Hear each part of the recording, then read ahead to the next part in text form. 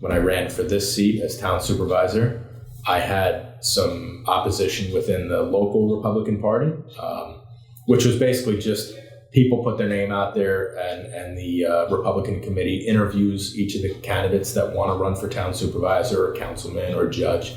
And then the committee of 62 votes on who they want to support and give the endorsement of the Republican committee to. And I won that endorsement in a 2-to-1 vote. And then ran for supervisor unopposed with no Democrat opposition. So going back, so you ran against the incumbent mayor in Greenwood Lake who had appointed you? Correct. Okay, so why did you do that? I was a young guy, and I wanted to do some good things for our village and our community.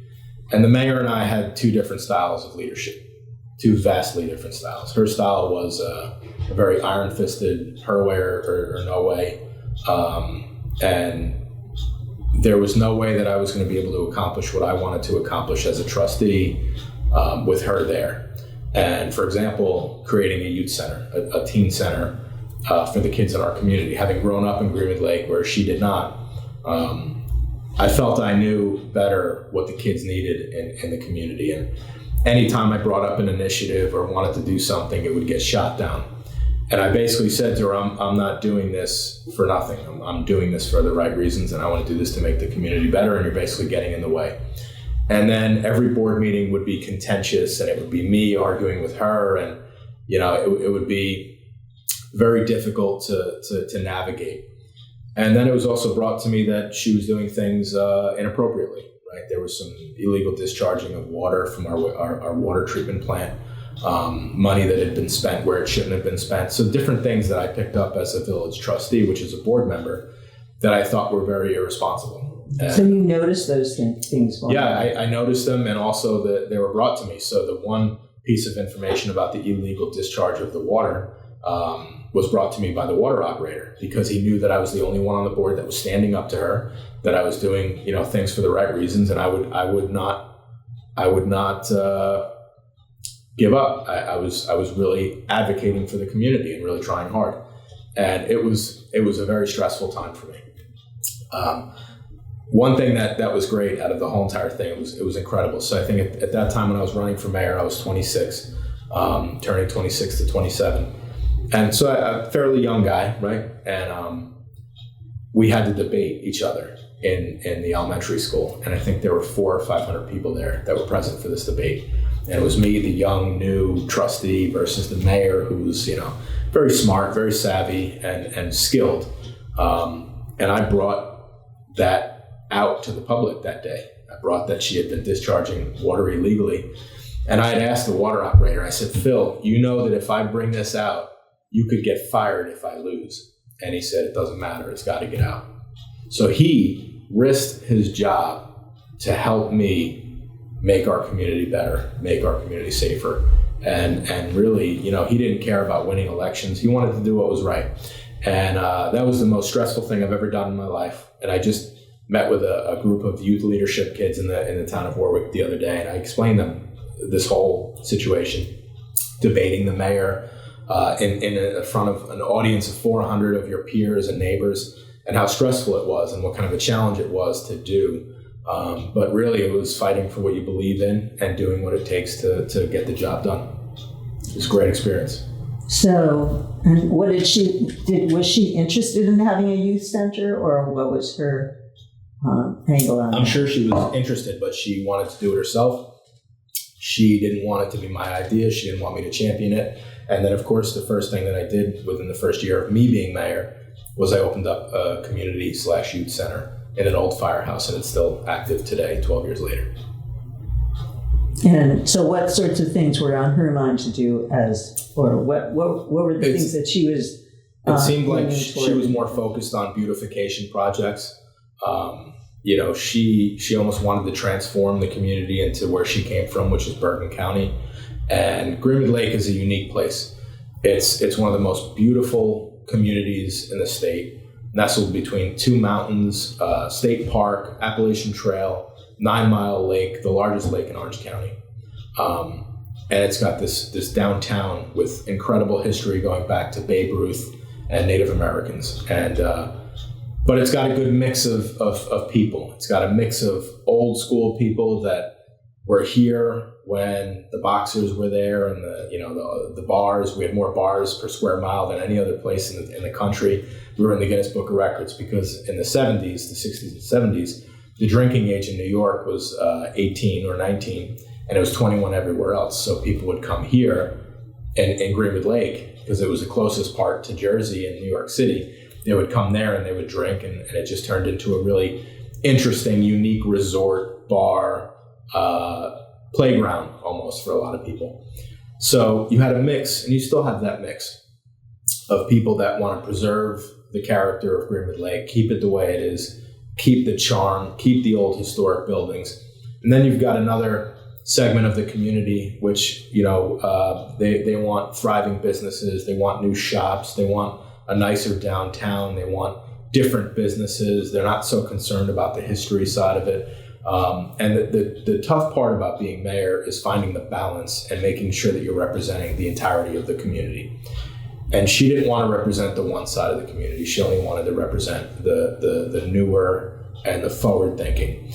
And I'm not opposed to that. I'm not opposed to making progress or making change, but I think you cannot ignore the other segment of the community. And you have to some degree, preserve the integrity and the character of your community, no matter where you are. So she had a way of completely dismissing an entire side of the community. And that's why they came out and overwhelmingly supported me. And I took that very seriously. I took that commitment to being open, transparent, and inclusive from all perspectives.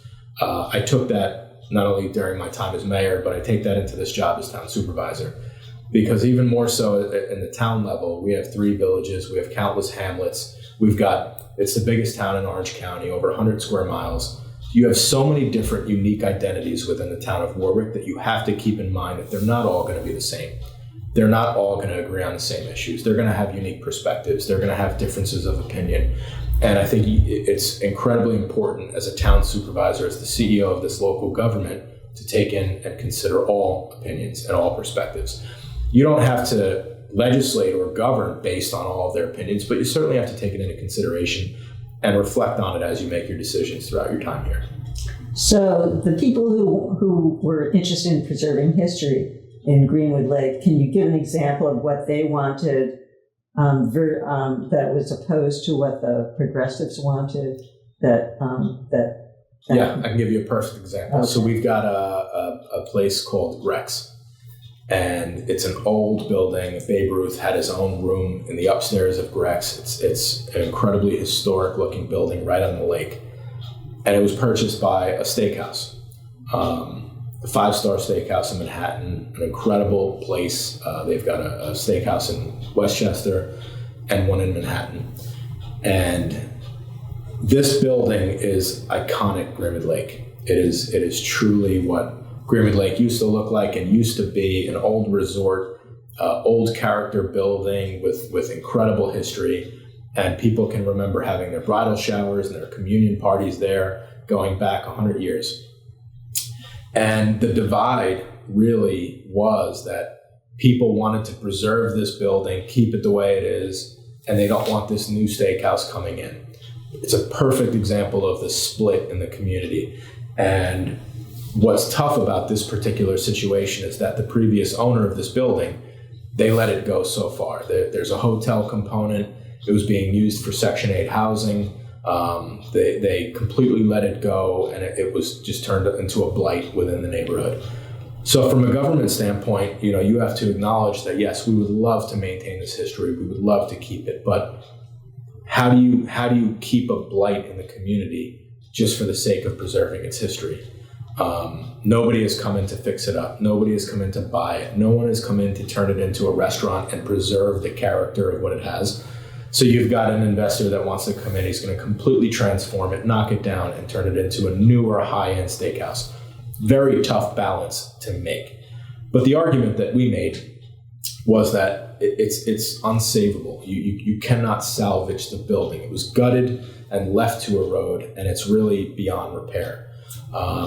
So that was really a clear divide in showing one side that literally wanted to keep a decrepit, overgrown building just for the sake of preserving history, versus another side that said, listen, there's nothing we can do about that. We need businesses to come to Greenwood Lake. We need commerce here. We need investment here. A business like that will help those other businesses on our main street. It'll bring people here with money. And then you've got people that say, we don't want people to come here with money. I have my house, I have my yard, I have my pizza place and my coffee shop. I don't need anybody to come here with money. It's not for me. It's not going to help me. And your job as a mayor or a town supervisor is to sort through the middle and find what makes the most sense. What will bring you to the next 10 years, 20 years in your community? What will transform your community into what the overall majority will want to see in your community, in your village or your town? And that was a tough thing to navigate. And that was during my time that the steakhouse was coming. But again, it was really trying to balance the needs of everybody. And I think communication and how you treat people is very important in these roles. Respecting people, taking their opinion, and having compassion is very important. She didn't have that. She didn't have a good way of speaking to people, and very arrogant and pompous, and didn't fit the character of our community. And she ultimately, right after I won, she moved back to Jersey. So the steakhouse took over. They took over. They bought it. They're going to the plant. They started the planning board process while I was mayor.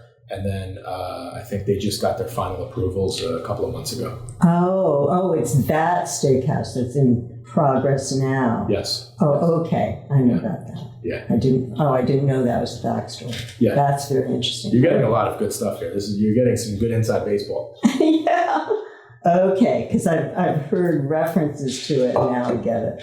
Yeah. Okay, so that's very interesting. Okay, so coming to so do you want to sort of capsulize what you feel like you accomplished then in Greenwood Lake before we move on to the town? Yeah. One of the main focuses that I had in Greenwood Lake was very similar to what my focus is as town supervisor, and that's to find grant money to help offset expenses and costs to support an aging infrastructure, parks, and general services for the village. I don't remember exactly how much, but it was somewhere around $20 million in grants. We got grant money for our water system, $3 million in grants. We got money to build new parks. We built a passive boat launch. We took over a piece of vacant land that was owned by the county. It was an old roadway bed, and we completely converted that into a public park and a passive boat launch. We created the teen center from an old firehouse, and it's now used every single day by our local kids as well as our nonprofit organizations, Boy Scouts, Girl Scouts, Cub Scouts. We created a community garden. We worked with a public-private partnership nonprofit to take village land and open up the village's first dog park. We invested heavily in the lake, constantly cleaned up the lake, and really tried to provide the services that our residents expected while offsetting the costs with grant funding. And it was a really good strategy because it created access to a lot of funding to support the community and support the needs of the residents while not having to tax them beyond their means and beyond their capability. And I kind of have the same model with the town. I'm going to use that same approach. So and so, where do you think Greenwood Lake still needs to go? What needs to be done there? Greenwood Lake has long struggled to maintain a strong downtown, and one of the reasons for that is there's no sewer system in the village of Greenwood Lake, whereas in the village of Warwick, the village of Florida, the village of Goshen, they all have downtown sewer.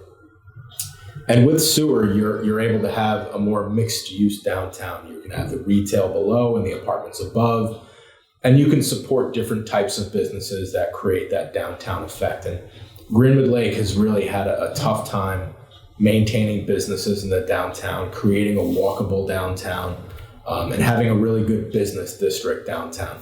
Our restaurants that are on the lake, they do great. They're always going to do great. You have boats. The boat traffic has increased dramatically since COVID. COVID had an enormous impact on our local real estate market, on our businesses, from downtown to the lakes, everywhere. But I think Greenwood Lake... Why? Because it brought people to Greenwood Lake? Yeah, when people were telecommuting, they would, whether you worked in North Jersey, Westchester, or the city, during COVID, you could essentially work from anywhere in the world as long as you had internet. So what people were doing, and this was a big short-term rental boom in Greenwood Lake and in Warwick, people were renting their houses, and people that would ordinarily work in an office in Manhattan would be here in Greenwood Lake. They would buy a boat, they would spend money in the local restaurants, and they would work from home, essentially.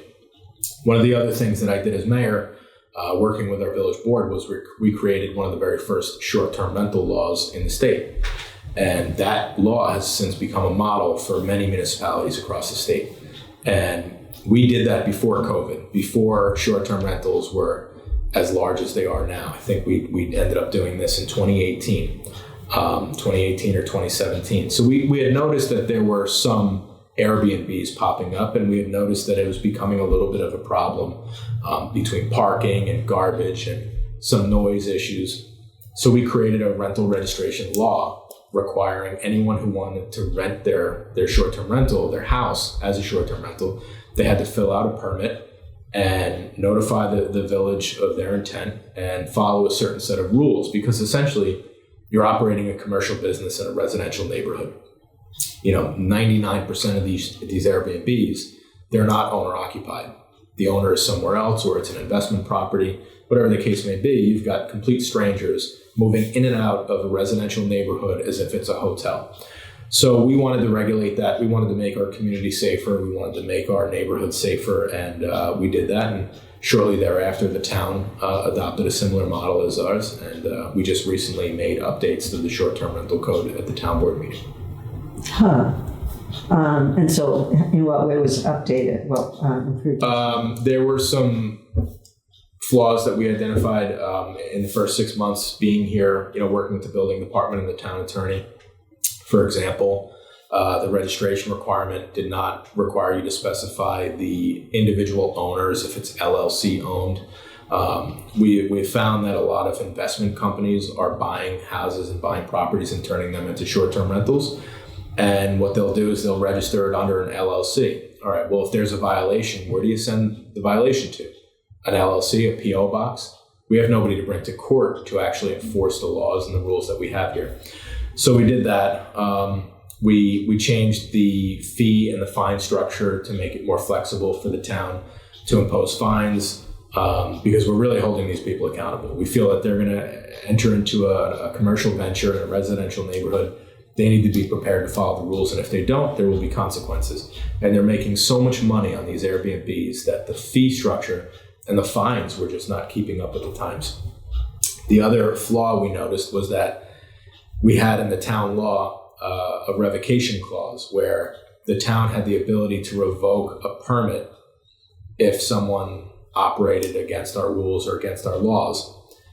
But the flaw was that they would be able to go to the town board, apply to the town board for a hearing, a revocation hearing, so that the town board would hear their case and make a determination as to whether or not the permit would stay revoked or not.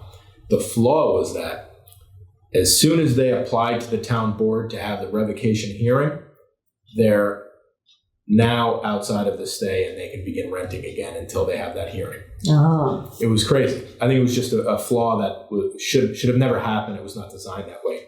So we corrected that to basically make sure that if we revoke it, if the building department revokes a short-term rental permit, it is fully revoked until that is reversed by the town board. So things like that, really just, taking a look at the law and making it meet the needs of today, because we're in a rapidly evolving world. Everything, even the town is evolving so quickly.